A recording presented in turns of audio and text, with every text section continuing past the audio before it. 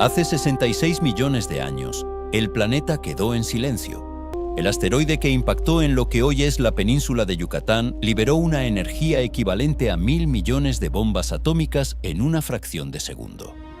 El 75% de las especies que existían en la Tierra desaparecieron en un parpadeo geológico. Los dinosaurios no avianos, extintos. Los grandes reptiles marinos, extintos.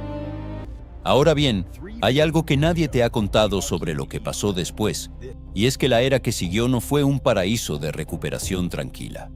Fue, en muchos sentidos, más salvaje, más extraña y más brutal que cualquier cosa que los dinosaurios hubieran vivido. Bienvenido al Cenozoico, la era que nos creó a nosotros, y que casi nos destruye antes de que existiéramos. Quédate hasta el final, porque lo que estás a punto de descubrir sobre el mundo en el que vivimos va a cambiar la forma en que lo miras. Y si aún no te has suscrito al canal, este es el momento, porque cada semana traemos historias que la historia oficial no suele contar. Imagina que estás parado en lo que hoy sería el centro de América del Norte. Es el año 65 millones antes del presente. El suelo está cubierto de ceniza. El cielo de un tono grisáceo opaco que bloquea la mayor parte de la luz solar. Las temperaturas han caído de forma brutal en apenas unos años. Los árboles que sobrevivieron al impacto están desnudos, sin hojas, como fantasmas de madera. El olor a azufre y carbono quemado impregna el aire. Y lo más perturbador de todo, no hay grandes animales a la vista, no hay rugidos, no hay pisadas que hagan temblar el suelo, solo viento, ceniza y el silencio de un mundo que acaba de reiniciarse desde cero. El historiador natural y paleontólogo Stephen Brusate, de la Universidad de Edimburgo, describió este periodo como el amanecer más oscuro en la historia de los vertebrados. Y tenía razón, porque lo que vino inmediatamente después del impacto fue un invierno de impacto que duró entre 2 y 3 años.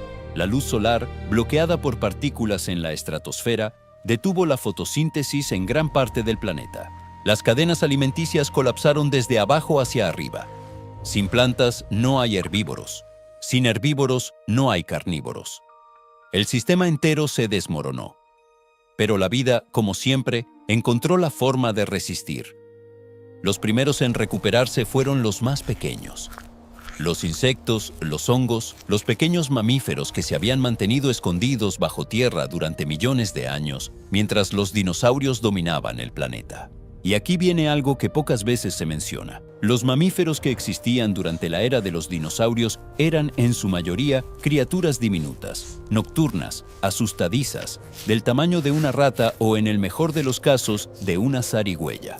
Habían pasado 160 millones de años escondiéndose en grietas, en madrigueras, comiendo insectos y semillas por la noche, esperando que algún dinosaurio no los pisara por accidente.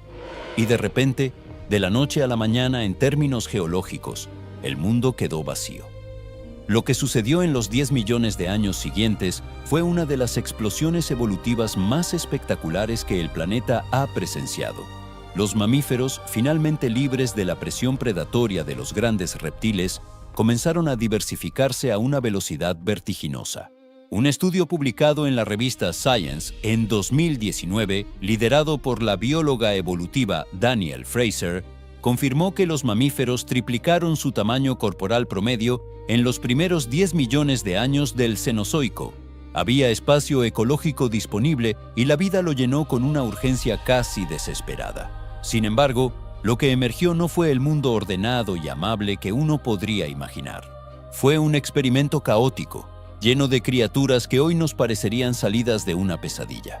Permíteme presentarte el Paleoceno, el primer periodo del Cenozoico que abarcó desde hace 66 millones de años hasta aproximadamente 56 millones. Este fue el mundo de la recuperación, sí, pero también de los monstruos transicionales. Criaturas que llenaron nichos ecológicos de formas que la evolución nunca había intentado antes. Entre los más inquietantes estaban los condilartros, un grupo de mamíferos que funcionaban como los grandes herbívoros del momento. Eran básicamente voluminosas criaturas de patas cortas que se parecían vagamente a cerdos gigantes con cara de tapir, que pastaban en los bosques tropicales que comenzaban a cubrir gran parte de los continentes. No había vacas, no había caballos, no había elefantes. Esos vendrían después. Por ahora, estos animales torpes y voluminosos eran los señores de los pastizales. Pero si los herbívoros eran extraños, los depredadores de la época eran directamente aterradores. Aquí viene algo que te va a sorprender. Durante millones de años después de la extinción de los dinosaurios, los principales depredadores terrestres del planeta no fueron mamíferos. Fueron aves. Aves gigantes, no voladoras, de cabeza descomunal y pico curvado como un hacha. Las llamamos aves del terror, y su nombre científico es Phorus racidos. El más grande de ellos, el Brontornis, alcanzaba los 2,5 metros de altura y pesaba más de 400 kilos. Para ponerlo en perspectiva, podría haberte mirado directamente a los ojos, y lo que habría visto en los tuyos sería su siguiente comida. Esta ave del terror llegó a América del Norte hace aproximadamente 3 millones de años, mucho antes de lo que se pensaba. Corrían a velocidades estimadas de entre 40 y 80 kilómetros por hora y mataban a sus presas de un golpe preciso con ese pico gigantesco, que según los análisis biomecánicos funcionaba como un hacha de caza, no como unas pinzas para atrapar.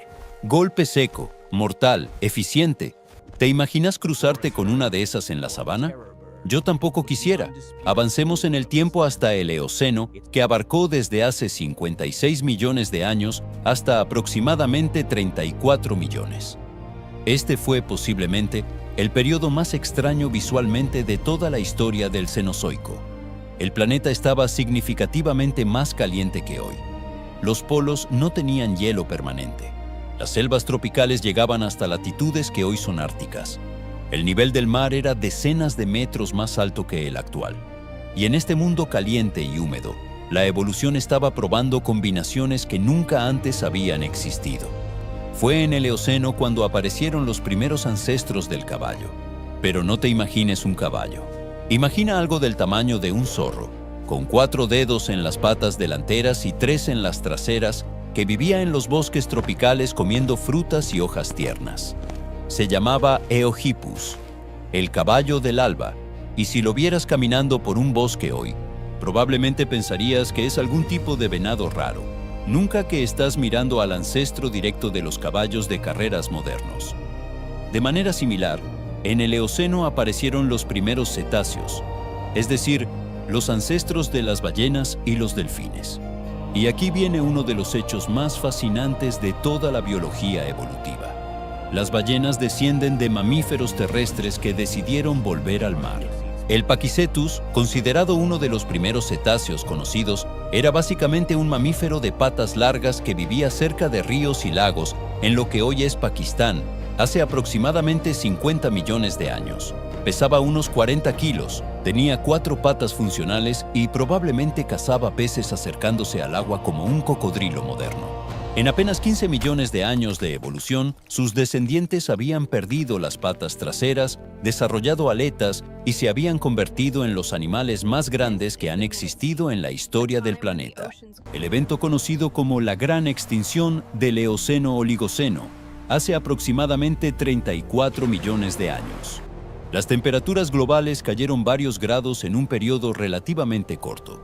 Los mares se enfriaron. Los bosques tropicales retrocedieron. Muchas de las criaturas del Eoceno cálido no sobrevivieron la transición. Y aquí vale la pena pausar un momento para pensar en algo. Estamos hablando de una Tierra que, en apenas 30 millones de años, ya había pasado por una extinción masiva, una explosión de diversidad biológica, el surgimiento de criaturas completamente nuevas y otro evento de extinción significativo. El Cenozoico no fue una era de recuperación tranquila. Fue una carrera armamentista evolutiva sin pausa, donde cada millón de años cambiaban las reglas del juego. Si te está gustando este tipo de historia que no te cuentan en los libros de texto, dale al botón de like ahora mismo, que ayuda muchísimo al canal y nos permite seguir haciendo este trabajo. Llegamos al Oligoceno y al Mioceno, 2 periodos que abarcaron desde hace 34 millones hasta aproximadamente 5 millones de años. Este fue el tiempo de los gigantes. No los dinosaurios, sino algo diferente, una fauna de mamíferos de proporciones que hoy nos costarían creer. El Paraceratherium, conocido popularmente como el mayor mamífero terrestre que haya existido, dominó Asia Central durante el Oligoceno. Era un rinoceronte sin cuerno, de cuello largo, que alcanzaba los 5,5 metros de altura en el hombro y podía pesar entre 15 y 20 toneladas. Para que te hagas una idea, era más alto que una jirafa moderna y más pesado que 3 elefantes africanos juntos. Si lo pusieras junto a un elefante actual, el elefante parecería un perro mediano. Mientras tanto, en los mares, el Mioceno fue testigo de la existencia del animal más grande y posiblemente más letal que jamás haya nadado en los océanos de la Tierra: el Otodus megalodon. No el tiburón blanco grande de las películas. Algo de entre 15 y 20 metros de longitud, con dientes de hasta 18 centímetros que trituraban huesos sin esfuerzo. Un estudio publicado en 2021 en la revista Science estimó que un megalodón adulto podía nadar a velocidades de crucero de 4 kilómetros por hora indefinidamente, pero en un sprint podía alcanzar hasta 27 kilómetros por hora. Sus presas preferidas eran las ballenas de tamaño mediano, a las que atacaba con una mordida calibrada específicamente para destrozar huesos vitales. El megalodón desapareció hace aproximadamente 3,6 millones de años, y los científicos aún debaten exactamente por qué. La hipótesis más aceptada actualmente, publicada en 2019 por el investigador Catalina Pimiento de la Universidad de Zúrich, sugiere que el enfriamiento progresivo de los océanos redujo las poblaciones de ballenas grandes de las que dependía, y que la competencia con el ancestro del actual tiburón blanco lo desplazó de los nichos costeros donde las presas eran más accesibles. Y entonces llegamos al Pleistoceno, el periodo que, de todos los del Cenozoico, quizás es el que más deberíamos conocer, porque en él ocurrió algo que nos afecta directamente a ti y a mí. Nosotros aparecimos, pero el mundo en el que lo hicimos era, una vez más, absolutamente brutal. El Pleistoceno abarcó desde hace 2,6 millones de años hasta aproximadamente 11.700 años atrás, y estuvo dominado por ciclos de glaciaciones que transformaban repetidamente el planeta.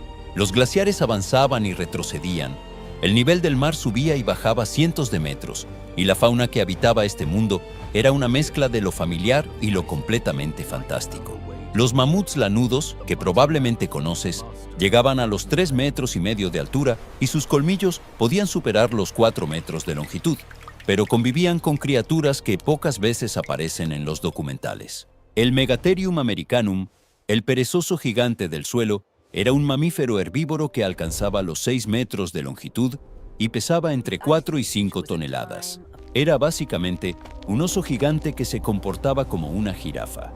Ninguna descripción le hace justicia, y mientras estos gigantes herbívoros pastaban por las praderas del Pleistoceno, los depredadores que los cazaban eran igualmente descomunales.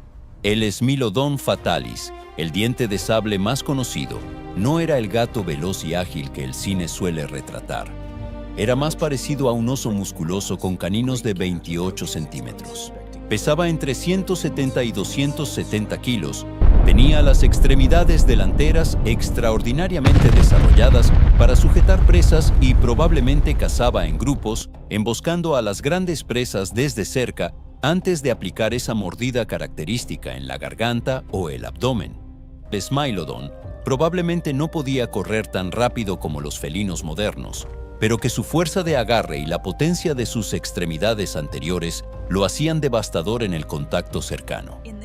Una criatura diseñada no para perseguir, sino para dominar. Y entonces, hace aproximadamente 11.700 años, algo empezó a cambiar. Las glaciaciones retrocedieron, el clima se estabilizó, y la megafauna del Pleistoceno, los mamuts, los mastodontes, los perezosos gigantes, los rinocerontes lanudos, los dientes de sable, comenzó a desaparecer con una rapidez que todavía genera debate científico. Hay dos hipótesis principales. La primera habla de cambios climáticos. El calentamiento postglacial alteró los ecosistemas demasiado rápido para que estos animales se adaptaran. La segunda, más incómoda, señala que los seres humanos modernos llegaron a cada continente aproximadamente al mismo tiempo que estas extinciones ocurrieron. La coincidencia es demasiado precisa para ignorarla. La mayoría de los investigadores actuales, incluyendo al paleoecólogo Christopher Johnson de la Universidad de Tasmania, considera que fue una combinación de ambos factores.